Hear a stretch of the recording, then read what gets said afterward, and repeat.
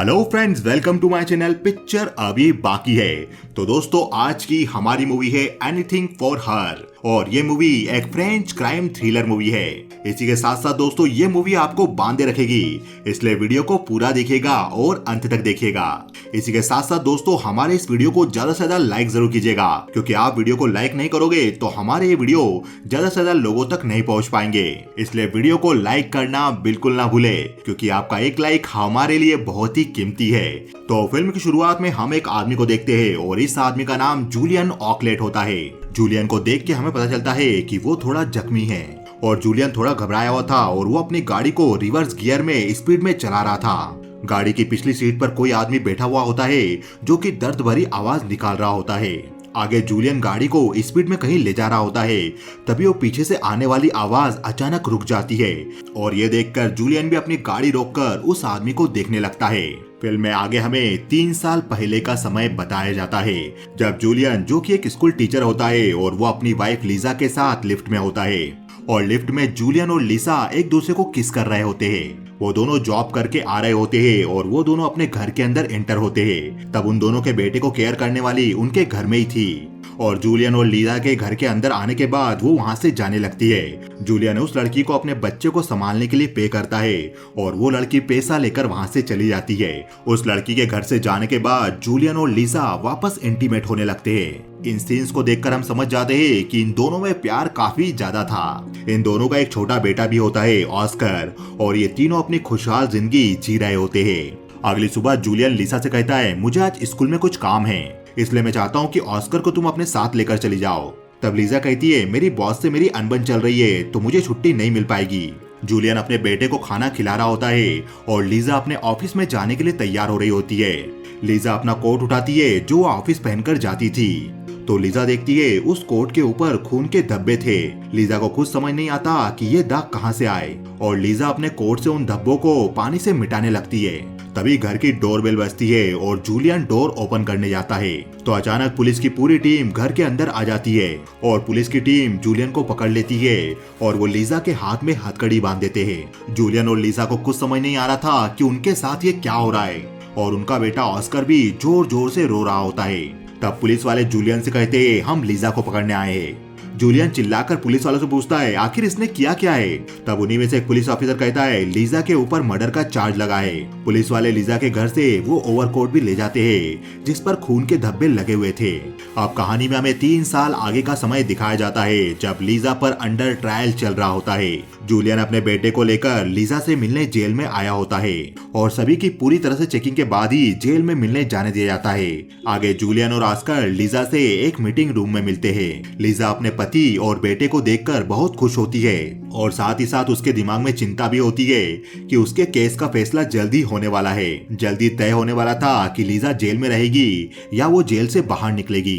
Lisa Julian से पूछती है, क्या उन्हें वो लड़की का पता चला जो उस वक्त पार्किंग लॉट में थी? जूलियन कहता है, मैंने कल रात में डिटेक्टिव से बात की थी और उसने मुझसे कहा कि उसने कुछ नशा करने वालों से पूछताछ की थी, पर अब इस घटना को 3 साल बीत चुके हैं। तब लीजा कहती है, वो लड़की उस समय पार्किंग लॉट में थी जिसने ये मर्डर किया था। जूलियन कहता है, मुझे पता है तुम सच बोल रही हो, वो डिटेक्टिव उसे ढूंढ लेगा, मुझे पूरी उम्मीद है कि तुम्हें छुड़ा लिया जाएगा।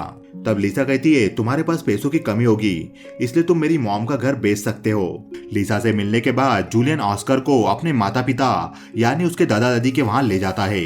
जूलियन के अपने पिता के साथ ज्यादा अच्छे संबंध नहीं होते, इसलिए वो आपस में ज्यादा बात नहीं करते थे। जूलियन की मॉम जूलियन को समझाती है, सब कुछ अच्छा हो जाएगा, ये फैसला हमारे फेवर में आएगा। फाइनली जजमेंट का दिन आता है और जज अपना फैसला सुनाता है। जूलियन बाहर इंतजार कर रहा था और जूलियन अपनी वकील से पूछता है, केस का क्या हुआ? जूलियन की वकील कहती है, हम लीजा को निर्दोष साबित नहीं कर पाए, हमें जो नए एविडेंस मिले वो काफी नहीं थे लीजा को निर्दोष साबित करने के लिए। जो लीजा के खिलाफ सबूत इकट्ठा किए गए थे वो काफी मजबूत थे। मर्डर वेपन पर उसके उंगलियों के निशान मिले थे और उस लेडी के खून के निशान भी लीजा के ओवरकोट पर मिले थे जिसे उसने साफ करने का प्रयास किया था। ये सारी बातें इस ओर इशारा करती है कि लीजा ने ही मर्डर किया होगा। उस दिन लीजा की उसकी बॉस से अनबन हुई थी और उसी शाम पार्किंग में लीजा की बॉस को किसी ने मार दिया। मेरी बात मानो तो तुम इस बात को मान लो कि लीजा को जेल में रहना होगा। यह सुनकर जूलियन दुखी होता है और वो वहां से चला जाता है। दुखी होकर जूलियन अपने मॉम और डैड के घर पर जाता है और उसके घर पर सभी लोग जूलियन का चेहरा देखकर समझ जाते हैं कि फैसला उनके फेवर में नहीं आया। लीजा को भी जजमेंट की बात फोन पर पता चलती है तो वो भी फूट फूट कर रोने लगती है। आगे हमें फ्लैशबैक में दिखाया जाता है कि आखिर मर्डर वाली शाम को क्या हुआ था। लीजा की बॉस पार्किंग एरिया में अपनी गाड़ी के पास होती है, तभी अचानक कोई पीछे से आकर उस पर सिलेंडर से हमला कर देता है। हमला करने वाली एक लेडी होती है और वो लीजा की बॉस का पर्स लेकर वहाँ से भागने लगती है। उसी समय लीजा भी पार्किंग में आ रही थी तो वो लड़की लीजा से टकरा जाती है और उस लड़की के हाथ पर लगा खून लीजा के ओवरकोट पर लग गया था। वो लड़की ऊपर भाग गई थी और लीजा पार्किंग में आती है। तभी लीजा को फायर सिलेंडर अपनी गाड़ी के सामने पड़ा हुआ दिखाई देता है। लीजा उस फायर सिलेंडर को उठाती है और तभी वहाँ पर एक गाड़ी आती है। वो गाड़ी पार्किंग के सफाई कर्मी की थी और उसमें सफाई कर्मी बैठा हुआ था। लीजा उस सिलेंडर को अपनी गाड़ी के सामने से उठाकर एक तरफ रख देती है और ये सब वहीं मौजूद सफाई कर्मी भी देख रहा था। आगे लीजा अपनी गाड़ी लेकर वहां से निकल जाती है और लीजा की गाड़ी जहां पर खड़ी थी उसी के पास में उसके बॉस की डेड बॉडी पड़ी हुई थी, पर लीजा उस डेड बॉडी को नहीं देख पाती और वो वहां से निकल गई थी। तभी उस जगह पर वो सफाई कर्मी आता है और वो उस डेड बॉडी को देख लेता है। आगे वो सफाई कर्मी अपना स्टेटमेंट लीजा के खिलाफ देता है और उस फायर सिलेंडर पर लीजा के फिंगरप्रिंट भी आ गए थे, इसलिए अब लीजा के पास कोई भी सबूत नहीं था अपनी बेगुनाही साबित करने के लिए। कोर्ट से रिहाई ना मिलने के कारण लीजा पूरी तरह से अंदर से टूट जाती है और वो जेल में ही सुसाइड करने की कोशिश करती है। जब ये न्यूज जूलियन को मिलती है तो वो हॉस्पिटल में लीजा से मिलने जाता है। लीजा की ऐसी हालत देखकर जूलियन से रहा नहीं जाता। आगे घर आकर जूलियन लीजा को छुड़ाने के बारे में सोचने लगता है। जूलियन एक किताब पढ़ता है और उस किताब को लिखने वाला एक ऐसा आदमी होता है जो 7 बार जेल तोड़कर भाग चुका होता है। जूलियन हेनरी नाम के उस आदमी से मिलने क्लब में जाता है और वहां पर वो आदमी जूलियन को बताता है। जूलियन हेनरी की बातों को रिकॉर्ड करने के लिए वहां पर एक टेप रिकॉर्डर रख देता है और जूलियन हेनरी से पूछता है, तुम 7 बार जेल से भागे हो, तुमने ये कैसे किया? हेनरी कहता है, दुनिया की कोई भी ऐसी जेल नहीं है जो एयर टाइट हो, कोई ना कोई लूप होल हर जेल में होता है और उन्हीं लूप होल्स का इस्तेमाल करके मैं वहां से भागा था और जेल से भागकर मैं खुद ही सरेंडर कर भी देता था। असल में जेल से भागना कोई कठिन काम नहीं है, पर हमेशा पुलिस से बचे रहना बहुत ही कठिन काम है और जेल से भागकर जीना ही मेरे लिए सबसे बड़ा मुश्किल काम था। जेल से भागने वाले अधिकतर लोगों को पुलिस कुछ ही दिन में पकड़ लेती है क्योंकि जेल से भागने वाले लोग बेवकूफ होते हैं। जेल से भागने के बाद वो लोग अपनी फैमिली के पास, उनके फ्रेंड के पास और उनकी औरतों के पास जाते हैं और यही गलती उन्हें पकड़वा देती है। अगर सचमुच आप जेल से भागकर फ्री रहना चाहते हो तो आपको आपकी फैमिली को, फ्रेंड्स को और बच्चों को सभी को छोड़ना होगा। जेल तोड़कर भागने का सबसे पहला रूल ये है कि भागने के बाद तुम किसी भी फैमिली मेंबर से कभी भी कांटेक्ट मत करो और कंट्री से भागने का पूरा प्लान पहले ही तैयार कर लो, क्योंकि जेल तोड़कर भागने के कुछ ही घंटों बाद तुम्हें इस कंट्री को छोड़कर जाना होगा, इस देश की बॉर्डर सील करने से पहले। अगर जेल तोड़ने वाले को देर हो जाती है तो बैरिकेड्स लगा दिए जाएंगे और वो पकड़ा जाएगा। अगर तुम एयरपोर्ट जल्दी पहुंचते हो तो कस्टम ऑफिशियल और एयरपोर्ट की सिक्योरिटी तुम्हें नहीं पकड़ पाएगी और इसके बाद तुम्हें इस देश को छोड़कर दूसरे देश में रहने की व्यवस्था करनी होगी।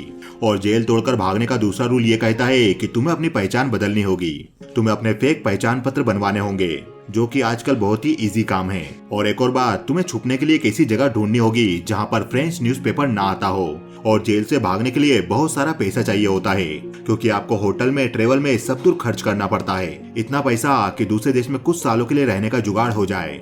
हेनरी की सारी बातों को सुनकर जूलियन लीसा को जेल से भगाने का प्लान बनाने लगता है। जूलियन जब लीसा से मिलने जाता है तो वो जेल की सिक्योरिटी पर नजर रखता है। वो जेल की कई महीनों तक रेकी करता है और जेल में कहां कहां लूप होल हो सकते हैं इन सब का चार्ट बनाकर अपने घर की दीवार पर लगा देता है। आगे जूलियन अपने बेटे को लेकर लीसा से मिलने जाता है। तभी वहाँ पर जूलियन से लीसा का डॉक्टर मिलता है और वो जूलियन से कहता है, आपकी वाइफ ट्रीटमेंट लेने से मना कर रही है, इसका मतलब वो वापस सुसाइड करने की कोशिश कर रही है, मैं चाहता हूँ आप उसे समझाओ। आगे जूलियन लीसा से जाकर मिलता है और उसे समझाता है तुम्हें अपना ख्याल रखना चाहिए। आगे जूलियन शहर में 2 नंबर का काम करने वाले अलग अलग डीलर से कांटेक्ट करने लगता है। उसे एक ऐसे आदमी की तलाश होती है जो उसका फेक पेपर बनवाने का काम करवा दे। रास्ते में जूलियन को एक आदमी मिलता है जिससे जूलियन सिगरेट लेता है और जूलियन उस आदमी से पूछता है, क्या मेरा फेक पेपर बनवाने का काम तुम करवा सकते हो? पहले वो आदमी जूलियन के सामने पूरी तरह से इनकार कर देता है, पर बाद में वो आदमी जूलियन की गाड़ी के पास आता है और वो कहता है, मैं एक आदमी को जानता हूँ जो तुम्हारा ये काम कर सकता है, तुम्हें इसके लिए आगे ही एक बार में जाना होगा जहाँ पे तुम्हें हसन नाम का आदमी मिलेगा। आगे जूलियन उस बार में जाता है और वहाँ पर वेटर से हसन के बारे में पूछता है। तब जूलियन के पास ही खड़ा ड्रैगन नाम का आदमी जूलियन को देखने लगता है। आगे वेटर जूलियन को हसन के पास भेजता है और जूलियन हसन से फेक पासपोर्ट बनाने की बात करता है। यह सुनकर वहीं खड़ा ड्रैगन नाम का आदमी वहां से बाहर निकल जाता है। हसन जूलियन को अपने साथ बार के बाहर ले जाता है और वहां पर उससे बात करने लगता है। तभी हसन का एक आदमी पीछे से आकर जूलियन को पकड़ लेता है और हसन और वो आदमी जूलियन को बुरी तरह से पीटने लगते हैं और वो लोग जूलियन का पैसा लेकर भाग जाते हैं जो वो पासपोर्ट बनवाने के लिए लेकर आया था। जूलियन अब बुरी तरह से घायल हो चुका था और आगे वो अपने घर पर जाता है और घर पर आकर जूलियन को अपना प्लान चेंज करना पड़ता है क्योंकि पहले जूलियन के पास अपने प्लान को कंप्लीट करने के लिए 10,400 यूरो थे, लेकिन अब जूलियन के पास 7,100 यूरो ही बचे थे। बचा हुआ बाकी का पैसा हसन और उसके आदमी लेकर भाग गए थे। तभी जूलियन के फ्लैट की डोर बेल बजती है। जूलियन बाहर देखता है तो उसके फ्लैट के बाहर वही ड्रैगन नाम का आदमी खड़ा हुआ था। वो आदमी जूलियन से कहता है, मैं उस बार में था जहां पर तुम नकली पेपर्स की बात करने गए थे, मैं तुम्हारा ये काम करवा सकता हूँ। जूलियन उस आदमी को अंदर बुलाता है और वो आदमी जूलियन से पूछता है, तुम्हें कितने नकली पेपर्स बनाने हैं? जूलियन कहता है, मुझे 3 नकली पासपोर्ट बनवाने हैं। वो आदमी कहता है, मैं बनवा दूंगा, लेकिन मुझे इसके लिए 2,500 यूरो चाहिए होंगे। जूलियन ड्रैगन को अपनी वाइफ और अपने बच्चे की फोटो देता है और ड्रैगन कहता है, तुम्हें तुम्हारे सारे पेपर्स फ्राइडे को मिल जाएंगे। फ्राइडे को मुझे ब्रिज के नीचे मिलना और ये काम कैश ऑन डिलीवरी होगा। आगे जूलियन अपनी वाइफ के घर पर जाता है और वो उस घर की तलाशी लेने लगता है। लीजा के डैड एक नेवी ऑफिसर थे और लीजा के फादर के कबर्ड में जूलियन को एक पुरानी सर्विस गन मिल जाती है। आगे फ्राइडे को जूलियन ड्रैगन से फेक पेपर लेने जाता है और वो उस समय अपने पास गन भी रखता है ताकि पिछली बार की तरह ड्रैगन भी उसे ना लूट ले। तभी फ्लाईओवर के नीचे ड्रैगन आता है और वो नकली पासपोर्ट और ड्राइविंग लाइसेंस जूलियन को दिखाता है। जूलियन को वो पेपर सही लगते हैं तो वो ड्रैगन को उसका पेमेंट दे देता है। अब अगले दिन जूलियन लीसा से मिलने जेल में जाता है। तब लीसा जूलियन से पूछती है, तुम पिछले हफ्ते क्यों नहीं आए? तब जूलियन उसे बताता है, मैं थोड़ा बिजी था इसलिए नहीं आ पाया। जूलियन ने अभी तक भी लीसा को नहीं बताया था कि वो उसे जेल से छुड़ाने का प्लान बना रहा है, पर जूलियन को लीसा को जेल से निकालने का अभी तक भी कोई रास्ता नहीं मिला था। वो अभी तक भी नहीं समझ पा रहा था कि इतनी हाई सिक्योरिटी जेल से वो लीसा को बाहर कैसे निकालेगा। एक दिन जूलियन ऑस्कर के साथ लिफ्ट में जा रहा होता है। तभी उस लिफ्ट में जूलियन का पड़ोसी आता है। तब जूलियन उससे पूछता है, क्या सब कुछ ठीक है?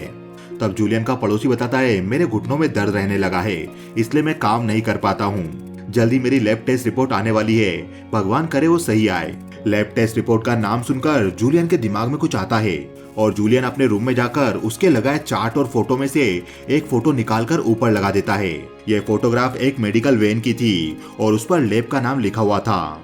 आगे जूलियन उस मेडिकल वैन को फॉलो करने लगता है। असल में वो मेडिकल वैन जेल में मौजूद सभी कैदियों की रिपोर्ट्स लेकर आया करती थी और उन रिपोर्ट्स को डॉक्टर तक पहुंचाया जाता था, यह पता करने के लिए कि किसी भी कैदी को कोई गंभीर बीमारी है या नहीं। आगे जूलियन उस वैन का पीछा करता है।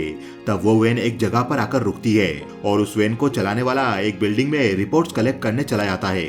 तब मौका पाकर जूलियन चुपके से उस वैन के अंदर घुसता है और जेल के कैदियों की रिपोर्ट्स में से वो लीजा की रिपोर्ट निकाल लेता है और ड्राइवर के आने से पहले ही जूलियन उस वैन से निकल जाता है।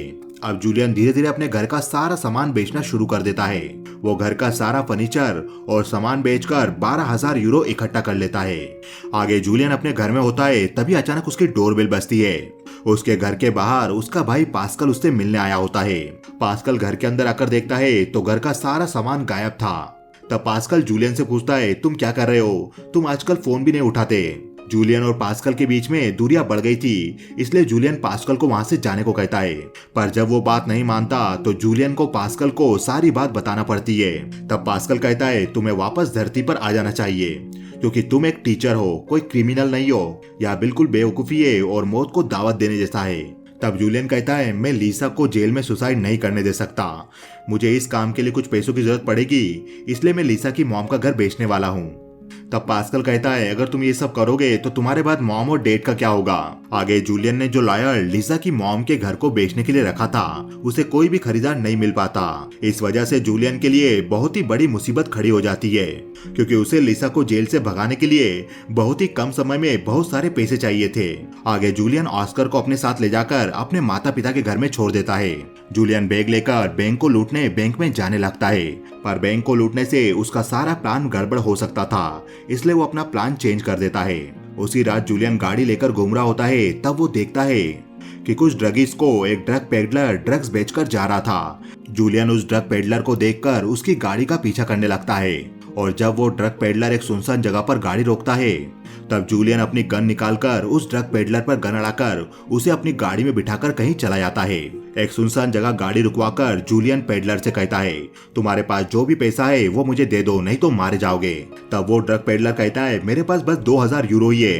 तब जूलियन उस ड्रग पेडलर को जान से मारने की धमकी देने लगता है। डर के मारे वो ड्रग पेडलर कहता है, मेरे पास और पैसा नहीं है, पर मैं एक आदमी को जानता हूँ, उसके पास बहुत सारा कैश हो सकता है। आगे वो ड्रग पेडलर जूलियन को उस आदमी के घर पर ले जाता है जिससे वो ड्रग्स खरीदा करता था। उस आदमी का नाम मार्शल था और जूलियन उस ड्रग पेडलर को लेकर मार्शल के घर में घुस जाता है और जूलियन मार्शल पर गन पॉइंट करते हुए उससे पैसा मांगता है। तब मार्शल पैसों के बारे में बताने के लिए मना कर देता है। तब जूलियन उस पेडलर से कहता है, पैसा कहाँ है, बताओ नहीं तो मार दूंगा। तब वो पेडलर डर कर जूलियन को बता देता है, सारा पैसा सोफे के नीचे रखा है। जूलियन सोफे के नीचे से पैसा निकालने लगता है। तभी मार्शल टेबल के नीचे रखी अपनी गन निकालकर जूलियन पर गोली चलाता है, पर वो गोली जूलियन के हाथ पर जा लगती है। तब मार्शल उस पेडलर को भी एक गोली मार देता है और उसके बाद वो जूलियन को गोली मारने आगे बढ़ रहा था। तभी जूलियन अपनी गन से मार्शल पर 2-3 फायर करता है जिससे मार्शल मारा जाता है। अब जूलियन को पैसे मिल गए होते हैं, इसलिए जूलियन वहां से जाने लगता है। तभी जूलियन देखता है कि वो पेडलर जख्मी हो गया था और वो जूलियन से मदद मांग रहा था। जूलियन को लगता है कि उसे पेडलर की मदद करनी चाहिए, इसलिए जूलियन उस पेडलर को अपनी गाड़ी के पीछे बिठाकर हॉस्पिटल ले जाने लगता है। और यही इस मूवी का शुरुआती सीन था। वो पेडलर दर्द के कारण चिल्ला रहा था और थोड़ी देर बाद अचानक उसकी मौत हो जाती है। अब जूलियन चाहकर भी उस आदमी की मदद नहीं कर सकता था, इसलिए जूलियन उसकी डेड बॉडी को गाड़ी से उतारकर वहां से चला जाता है। आगे जूलियन फ्यूल स्टेशन पर पहुंचकर अपने घाव को साफ करता है। उसके बाद जूलियन अपने मॉम डैड के घर पर जाता है। जूलियन की मॉम और उसके डैड जूलियन को देखकर थोड़ा हैरान होते हैं, क्योंकि जूलियन कहीं ना कहीं उन्हें बदला बदला सा दिखाई दे रहा था। जूलियन के डैड जूलियन से पूछते, क्या सब कुछ ठीक है? जूलियन अपने डैड से कहता है, हाँ मैं बिल्कुल ठीक हूँ। आगे जूलियन अपने बेटे ऑस्कर के पास जाता है और फूट फूट कर रोने लगता है। दूसरी तरफ जूलियन के पिता देखते हैं जो पैसों का बैग जूलियन अपने साथ लाया था उसके ऊपर उसका जैकेट भी पड़ा हुआ था। तब जूलियन के पिता उसके जैकेट को चेक करते हैं तो उसमें उन्हें जूलियन, लिसा और ऑस्कर के नकली पासपोर्ट मिलते हैं और पासपोर्ट के साथ साथ उसमें एक लिफाफा भी था जिसमें प्लेन के टिकट थे। उस टिकट के अनुसार जूलियन फ्रांस से बेल्जियम जाने वाला था और वो बेल्जियम के लीज एयरपोर्ट से साल्वाडोर के लिए निकलने वाला था। टिकट और नकली पासपोर्ट देखकर जूलियन के डैड समझ जाते हैं कि जूलियन अपनी फैमिली के साथ यहाँ से भागने वाला है। अगली सुबह जूलियन ऑस्कर को लेकर वहाँ से जाने की तैयारी करता है। तब जूलियन के पिता उसको उसका कोट लाकर देते हैं जिस जैकेट में जूलियन ने नकली पासपोर्ट और टिकट रखे थे। जूलियन समझ जाता है कि उसके पिता को सब कुछ पता चल चुका है। तब जूलियन के पिता अपने पोते को बहुत लंबा अलविदा कहते हैं और जाते समय जूलियन अपने पिता के भी गले लगता है। फिल्म में आगे हमें दिखाया जाता है कि जहां पर पिछली रात मार्शल मारा गया था वहां पर पुलिस की टीम पहुंच चुकी थी और उन्हें उस पेडलर की लाश भी मिल गई थी। वहां पर सीनियर पुलिस ऑफिसर सुसीनी अपने साथी डिटेक्टिव के साथ इन्वेस्टिगेशन करने आता है।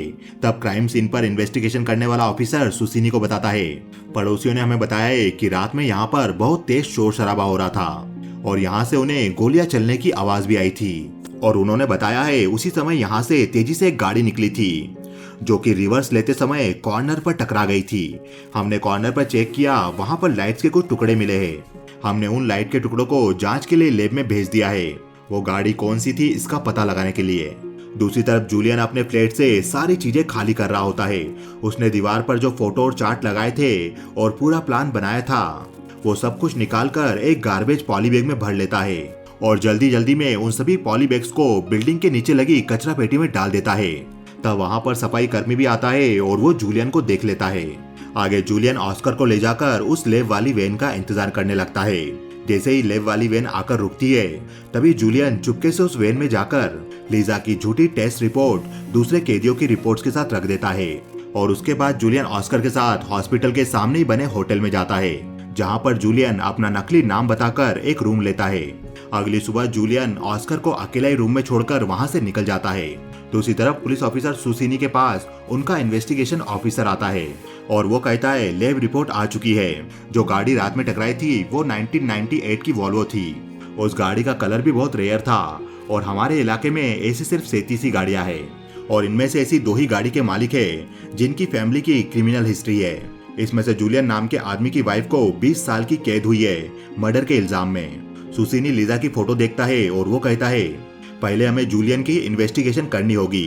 दूसरी तरफ जेल के कैदियों के लिए काम करने वाले डॉक्टर लीजा की रिपोर्ट देखते हैं और डॉक्टर रिपोर्ट देखकर लीजा को जल्दी से एडमिट करवाने के लिए जेल में फोन करते हैं। दूसरी तरफ सुसीनी जूलियन के घर पर पहुंच जाता है, पर जूलियन के फ्लैट में कोई भी मौजूद नहीं होता। तब वो पड़ोसी से चाबी लेकर जूलियन के फ्लैट के अंदर जाते हैं तो सुसीनी अंदर देखता है कि जूलियन का फ्लैट बिल्कुल खाली पड़ा था। सुसीनी सब कुछ समझ जाता है और वो अपने जूनियर से कहता है इसकी बीवी जिस जेल में है वहां पर जल्दी से इन्फॉर्म करो। दूसरी तरफ जेल से गाड़ी लीसा को हॉस्पिटल ले जाने के लिए निकल चुकी थी। जूलियन भी उस गाड़ी पर नजर रखता है और वो भी उस गाड़ी का पीछा करता है। जब सुसीनी को पता चलता है कि लीजा को जेल से हटाकर हॉस्पिटल में ले जाया जा रहा है, तब वो समझ जाता है कि कुछ बहुत बड़ी गड़बड़ है और वो खुद हॉस्पिटल के लिए रवाना हो जाता है। लीजा की गाड़ी हॉस्पिटल पहुंच चुकी होती है और उसे पुलिस वाले हॉस्पिटल में एक रूम में ले जाते हैं।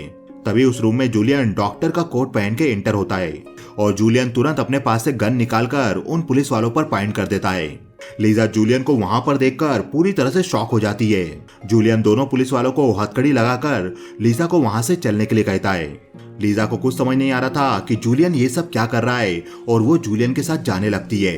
दूसरी तरफ सुसीनी भी अपनी टीम लेकर हॉस्पिटल में पहुंच जाता है और वो लीजा को ढूंढने हॉस्पिटल में जाने लगते हैं। जूलियन पुलिस वालों को अपनी ओर आता देखकर वहीं पर छिप जाता है।